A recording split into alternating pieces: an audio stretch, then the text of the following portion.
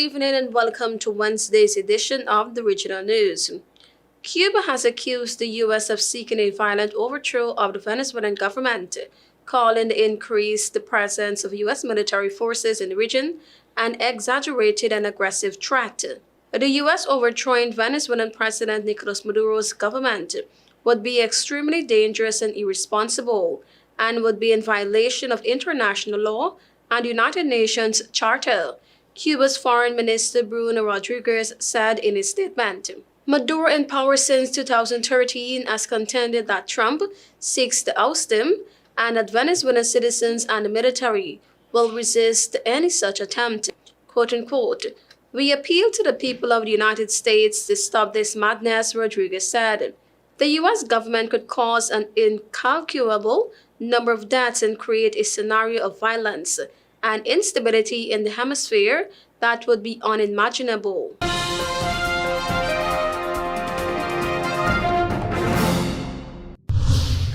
Brazil's Supreme Court on Tuesday ordered former far-right President Jair Bolsonaro to begin a 27-year prison sentence for a coup plot against his successor, a climax of 2 years of political turmoil and legal battles over his contentious legacy in Brazilian democracy.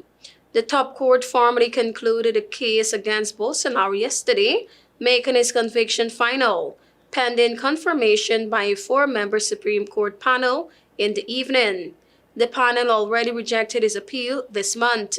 Justice Alexander D. Moraes told Bolsonaro to start serving his sentence in the Federal Police Superintendency in Brasilia, where he has been detained since Saturday after he tampered with his ankle monitor while under house arrest in a separate case. The decision was the latest setback for a politician who rose from fringe far-right to presidency in 2019, reshaping national debates with a populist-style appeals to military nostalgia and polarizing stance that left the country deeply divided.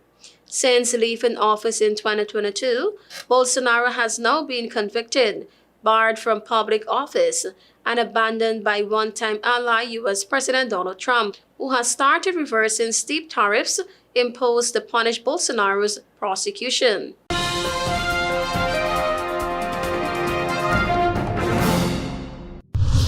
Prime Minister Kamala Persad-Bissessar met Chairman of the Joint Chiefs of Staff, General Dan Kane, at the Diplomatic Center for talks focused on regional security and continued cooperation between Trinidad and Tobago and the United States.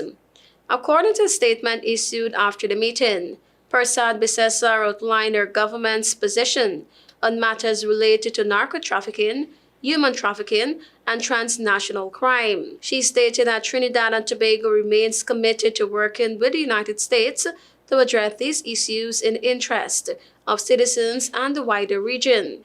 Persad-Bissessar noted the long-standing ties between both countries and said the relationship has been shaped through ongoing diplomatic engagement. She added that the partnership now plays a role in efforts to protect the region through coordinated security initiatives and information sharing. Thank you for watching. I am Tiana.